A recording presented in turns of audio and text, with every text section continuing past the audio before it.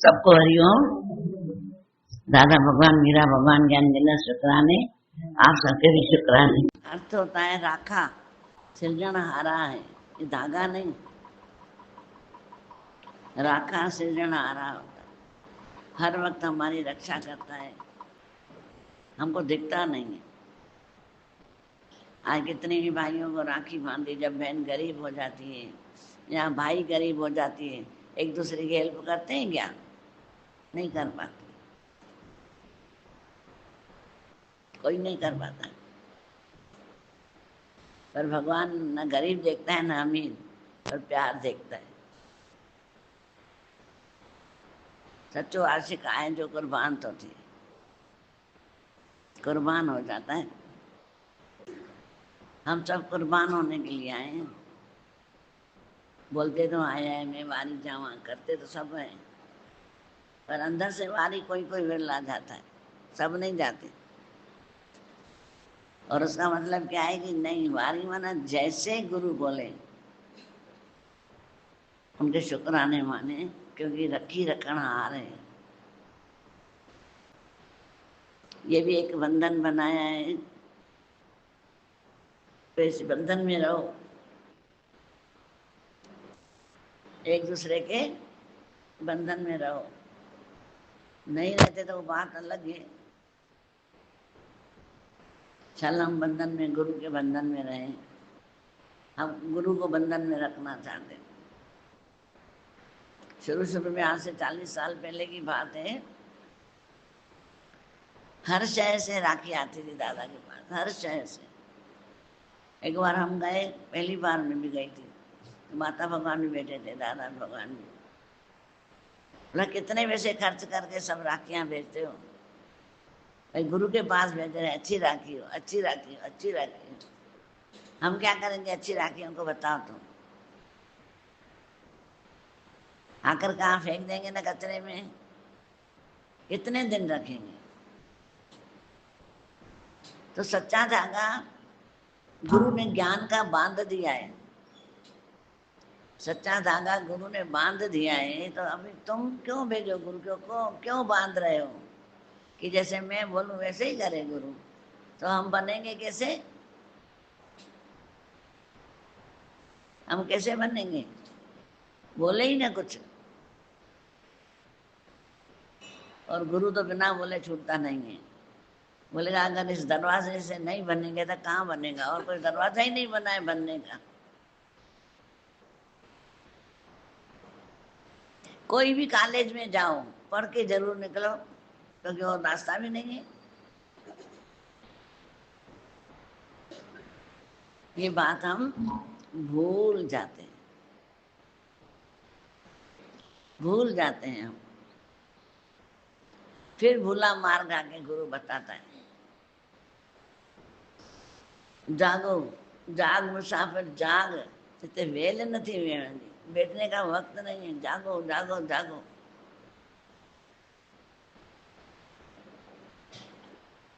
गठड़ी लगाता हो चोर, पाकेट रख दो पुकता। गठड़ी में चोर लगे हुए हैं लेने के लिए, पाकेट अपने पुकते रखना। इतना सा काम करना, उत्सव मनाओ, खुशी मनाओ, ऐसी कोई बात नहीं है। भजन गाओ, झूमो, नाचो, गाओ, पर पैरवी में रहें, गुरु की पैरवी में रहें, गुरु के हुक्म में रहें। हुक्म सदाई कबूल कर तू, जे दर्द दे त कबूल कर तू, गिला शिकायत कॾहिं न कर, करे हुजे की सुठो सो आहे, जिते भी आहे करीब आहे, करीब आहे, जाते भी आहे करीब आहे।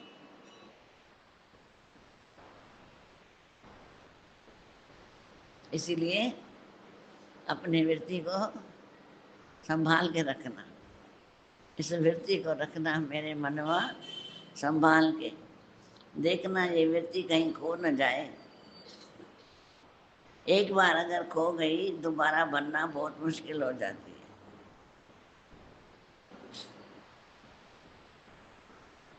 बहुत मुश्किल हो जाता है। इसलिए अपनी वृत्ति को बनाते जाएं, अपने जीवन उज्जवल करते जाएं, अपनी दृष्टि को शुद्ध करते जाएं, वचनों को मीठा करते जाएं। दृष्टि शुद्ध, वचन मीठे, वर्तन निष्कामी। खामियां ढूंढते ढूंढते हम खुद खामी वाले बन जाते हैं। दूसरों के गुण देखेंगे तो गुणवान बनेंगे, दूसरों की खामियां देखेंगे तो हम भी खामी वाले बनेंगे। आज जिस चावल में गुणे पड़े रहते हैं ना, उनके साथ अच्छे चावल रखो, दालें रखो, सामान रखो, सब में गुणे पड़ जाते हैं। एक चीज खराब तो सबको खराब कर देती। इसलिए बोला तुम अच्छे बनो, जो तुम्हारा संग करता जाएगा वो भी अच्छा बनता जाएगा, फिर उसका जो संग करेगा वो भी अच्छा बनता जाएगा। ये कमाल है। क्योंकि जो भगवान की भक्ति करता है ना, उनको न गुस्सा होता है न नफरत होती है। अगर सामने वाला गलत है भी, उसको बैठ के समझाओ, ये बात ऐसी नहीं है, ऐसी नहीं माने तो भगवान के ऊपर छोड़ दो, भगवान तो अच्छी बुद्धि दे उसको, ताकि वो भी तुझे जाए, तुझे ही जाए। जीवन हमारा आनंद भरा है, आनंद में भर दो अपना जीवन, आनंद में भर दो। जो व्यक्ति अपनी योजनाओं के रहस्य को अपने दिल में समाये रखने से सक्षम ना हो, वह अपनी बनाई गई रणनीति को लागू करने में कभी सफल नहीं हो सकता। भाई जो अपना व्यक्ति जो योजनाएं बनाता है, ऐसा करूंगा, ऐसा करूंगा, ऐसा करूंगा, योजना बना बना कर वो दिल में रखता जाता है, उस रहस्य को काम में नहीं लाता है, फिर चलो योजनाएं फेल हो जाती। पर अगर तुमने योजना बनाई है तो करो,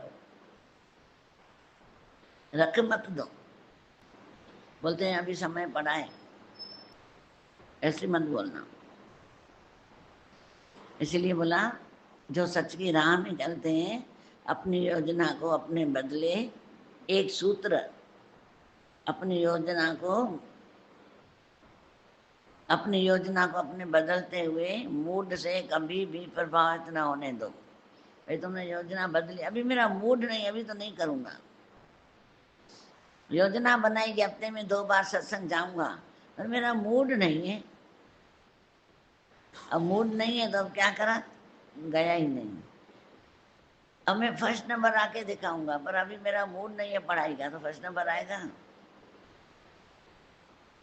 आज से मैं दुकान पे सवेरे जाऊंगा और बढ़ाऊंगा, पर सुबह हुई तो बुलाए तो मेरा मूड ही नहीं है जाने का, तो बढ़ सकोगे? कुछ कहीं भी नहीं बढ़ सकोगे, ज्ञान में न दुनिया में। इसलिए बोला अपनी योजनाओं को आगे रखो, आगे बढ़, आगे बढ़ा कदम, पीछे ना हटेंगे कदम।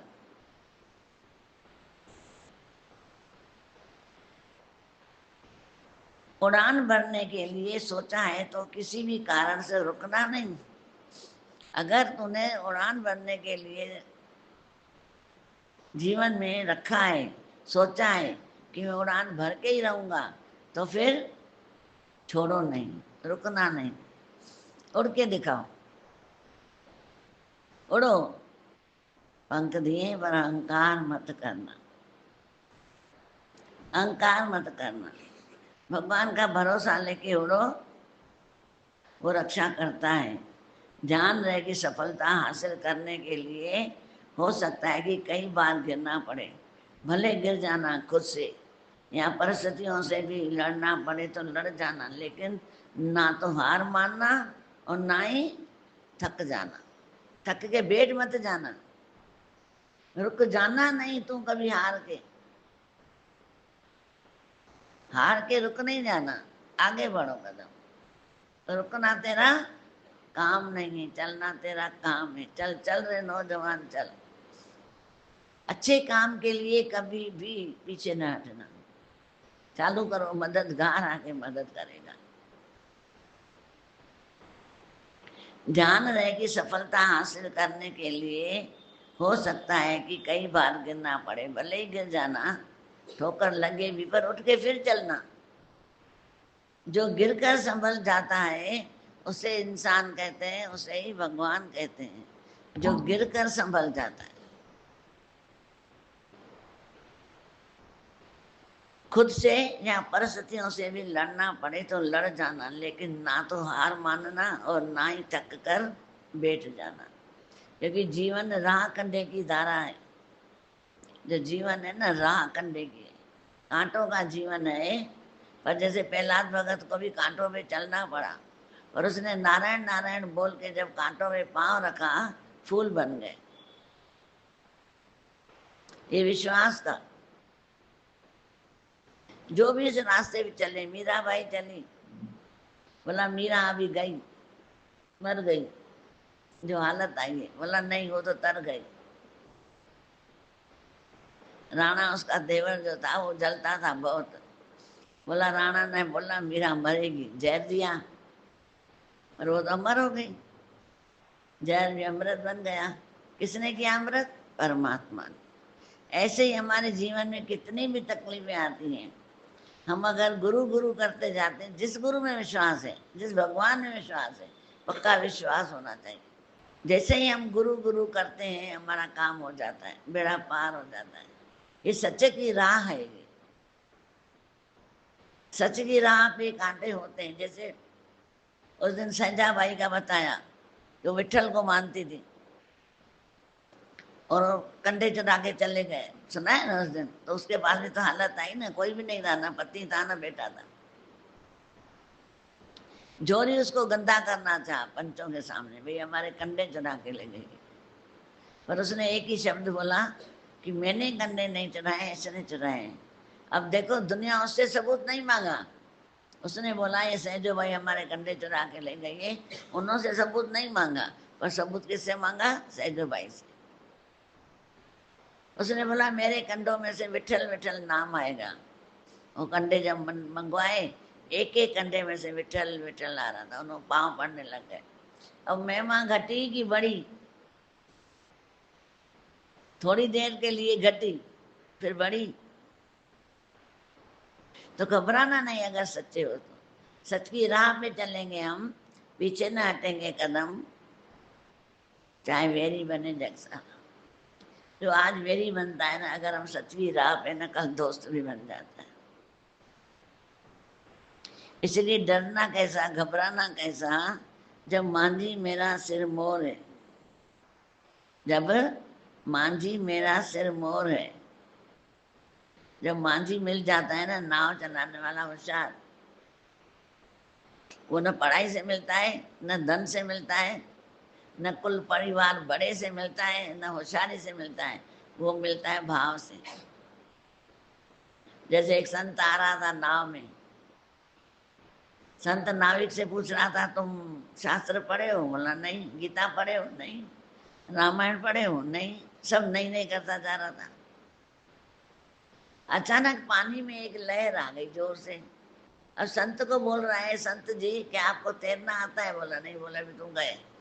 अब वो क्या बोल रहा था, तुम शास्त्र नहीं पढ़े गए फिर तो गए, ये शास्त्र नहीं पढ़े गए, पढ़ा है तुमने फिर तो गए। गए। अब कहाँ गया वो?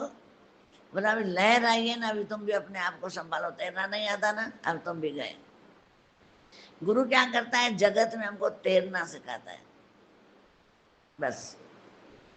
बाकी किसी बात की नहीं है कि हम शास्त्र पढ़ा हुआ नहीं हूँ, क्या करूँ, चार वेद नहीं पढ़ा हूँ, किसी पढ़ने की जरूरत नहीं है। सिर्फ गुरु को पढ़ो, गुरु के वचनों को पढ़ो बस।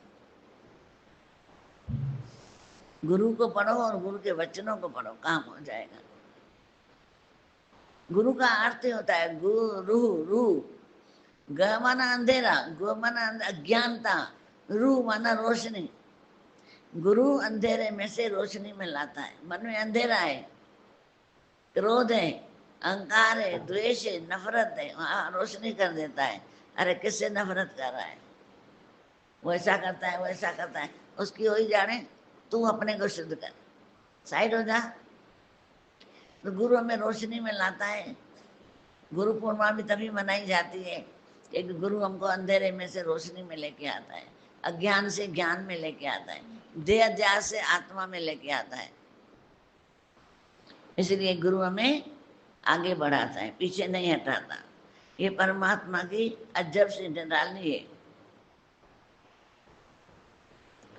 तभी बोला, जैसे नदी में धोबी कपड़े धो रहा था और महात्मा बैठे थे, वहां एक धोबी आता है किनारे पर, भाई मात्र शिला पर जहाँ रोज कपड़े धोता था, उसने शिला पर महात्मा जी को बैठे देखा तो सोचा अभी उठ जाएंगे। जिस पत्थर पे पतले कपड़े धोते थे वहीं संत बैठ गया। अब क्या करे, अभी उठेगा, अभी उठेगा, अभी उठेगा, मैं अपना काम बाद में कर लूंगा। 1 घंटा हुआ, 2 घंटे में, फिर भी महात्मा नहीं उठा। धोबी ने हाथ जोड़कर विनयपूर्वक निवेदन किया कि महात्मा, यह मेरे कपड़े धोने का स्थान है, आप कहीं अन्य तरह विराजिए, तो मैं अपना कार्य निपटा दूं। महात्मा जी वहां से उठकर थोड़ी दूर जाकर बैठ गया। धोबी ने कपड़े धोने शुरू किए, पछाड़ पछाड़ कर कपड़े धोने की क्रिया में कुछ छींटे उछलकर महात्मा पर भी पड़ी। महात्मा जी को एकदम क्रोध आ गया। वे धोबी को गालियां देने लगे। उससे भी शांति न मिली तो पास रखा धोबी का डंडा उठाकर उसे ही मार दिया, धोबी को ही मार दिया। सांप ऊपर से कोमल मुलायम दिखता है, किंतु पूंछ दबने पर ही असलियत की पहचान होती है। सांप की पूंछ को दबाओगे ना, वो चित्ता हो जाता है।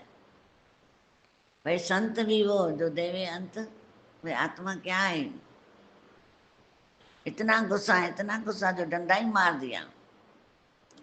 महात्मा का क्रोध जित देख धोबी ने सोचा अवश्य मुझसे कोई अपराध हुआ है। अंत वह हाथ जोड़कर महात्मा से माफी मांगने लगा। महात्मा ने कहा, दुष्ट तुझसे भ्रष्टाचार तो है ही नहीं, दुष्ट तुझ में भ्रष्टाचार शिष्टाचार तो है ही नहीं, देखता नहीं तो गंदे छींटे मुझ पर उड़ा रहा है। धोबी ने कहा, महाराज शांत हो जाइए, मुझे गवार से चुप हो गई, माफ करो। लोगों के गंदे कपड़े धोते धोते मेरा ध्यान ही न रहा, क्षमा कर दे, माफ कर दे। धोबी का कार्य पूरा हो चुका था। साफ कपड़े समेट और महात्मा जी से पुनः क्षमा मांगते हुए लौट गया। महात्मा ने देखा धोबी वाली शिला से निकला गंदला पानी मिट्टी के समस्त से स्वच्छ और निर्मल होकर पुण्य सत्ता से शुभ्र प्रवाह में लुप्त हो गया। लेकिन महात्मा के अपने शुभ्र वस्त्रों में तीव्र उमस और सीलन भरी बदबू बस गई थी। कौन धोबी कौन महात्मा? यथार्थ धोबी असली महात्मा था, जो खराब कपड़ों को साफ कर दिया। जो वहाँ गंदा पानी रुका था, कपड़े धोते धोते उस पानी को भी साफ कर दिया। अब बदबू किस में आ रही है? उस महात्मा में से। तो बोला कौन धोबी कौन महात्मा? यथार्थ में धोबी असली महात्मा था। संयत रहकर समता भाव से वह लोगों के दाग दूर करता था और क्रोधित और दाग देता था। धोबी औरों को कपड़े साफ करके दाग जो हो जाते थे वो साफ करता था, और संत ने क्या किया, उसको और दाग दे दिए। क्रोध एक तरह का पागलपन है। क्रोध मूर्खों के हृदय में बसता है। क्रोध वह तेजाब है जो किसी भी चीज पर वह डाला जाए ज्यादा उस पात्र को अधिक हानि पहुंचा सकता है। जिसे वह रखा है क्रोध को पाले रखता है, अंदर ही अंदर क्रोध को पाले रखता है। समय आए ना तो देख लूंगा, समय आए ना फिर दिखा दूंगा, फिर जो अंदर से निकलता है वो साफ, फिर खुद भी खत्म औरों को भी खत्म। क्रोध को पाले रखना गरम कोयले को किसी और पर फेंकने की नियत से पकड़े रहने के समान है। इसमें आप भी जलेगा और भी जलेगा। हम औरों के लिए गलत धारणाएं अंदर रखते हैं। ऐसा है जैसे मैंने कोयला उठा लिया सिगरी में से, तो हाथ तो मेरा जलेगा ना, औरों पे फेंकूं, स्वाद तो जलेगा। ऐसे ही जब हम अंदर गलत धारणाएं रखते हैं औरों के ऊपर देने के लिए, तो हम भी तो जलते हैं अंदर। अभी दिखा दूंगा, अभी दिखा दूंगा, इतनी देर में तो जलता रहता है। आप जलते रहते हैं। मूर्ख मनुष्य क्रोध को जोर शोर से प्रकट करता है, किंतु बुद्धिमान शांति से उसे वश में करता है। जब क्रोध आए तो उसके परिणाम पर विचार करो। जो मनुष्य क्रोधी पर क्रोध नहीं करता, क्षमा करता है, वो अपनी और क्रोध वाले की महासंकट से रक्षा करता है, रक्षा करता है। इसलिए अपनी भी रक्षा करो, औरों की भी रक्षा करो।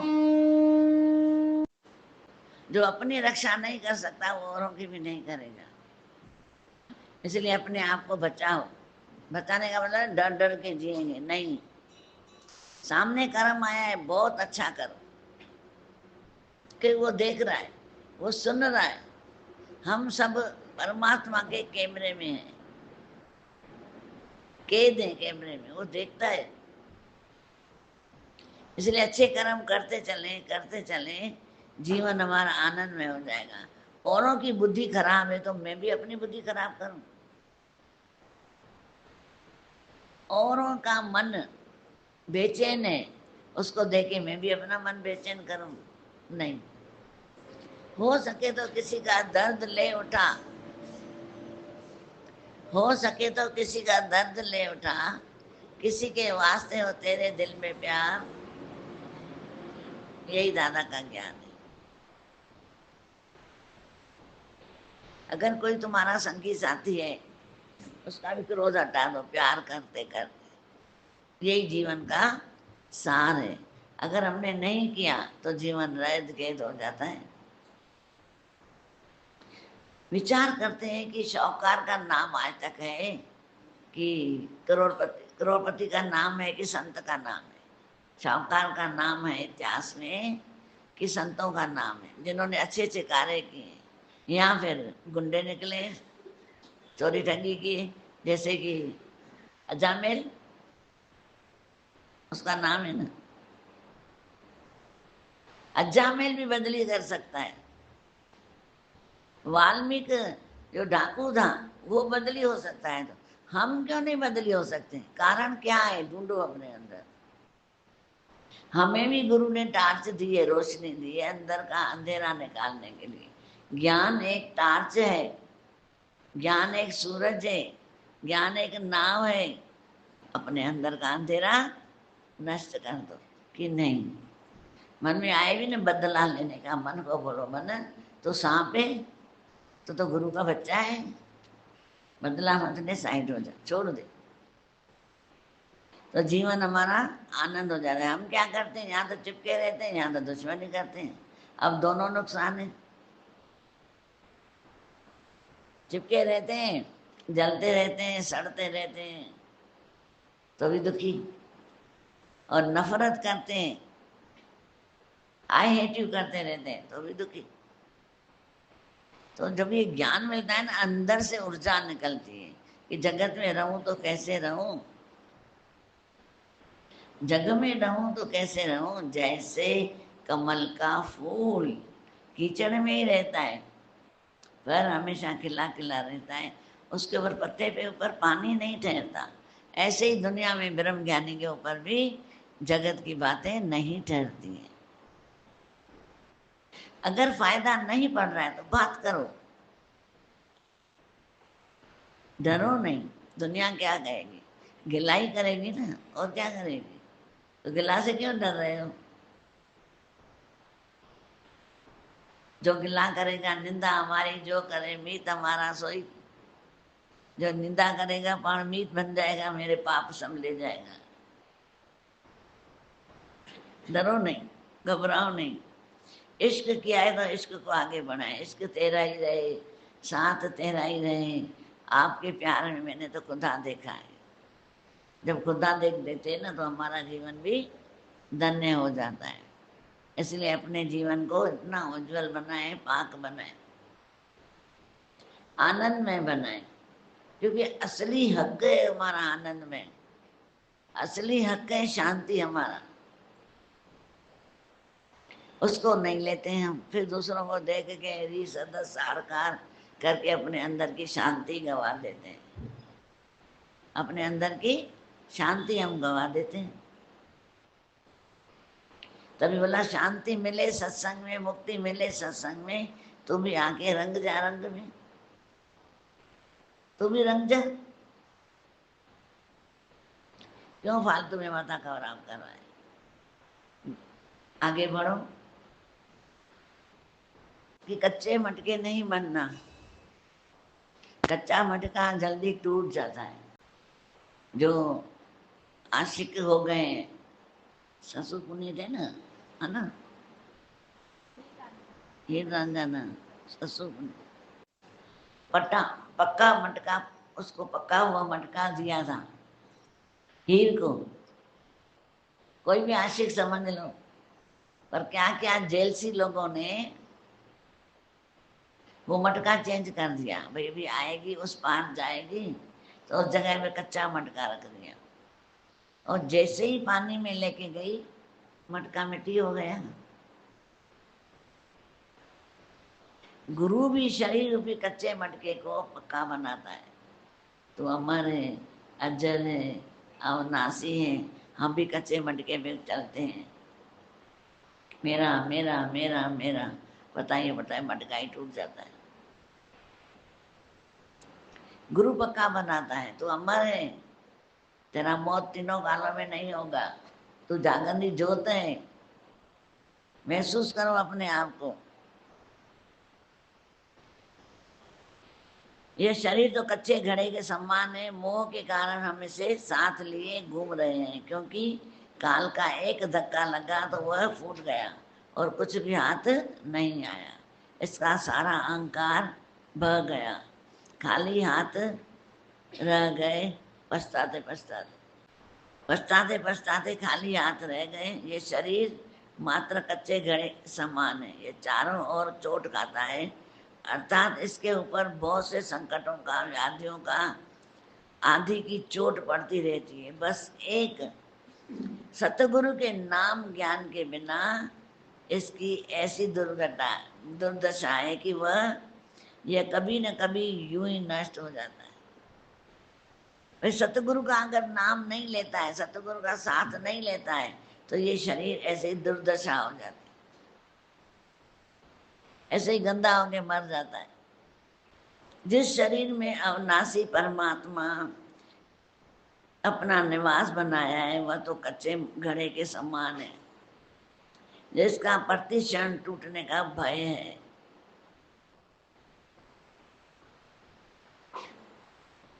हमने पूरी तरह सोच विचार कर देख लिया है कि जीने का कुशल आशा नहीं है। हम खुश होते हैं, मैं कुछ हूं, मैं कुछ हूं,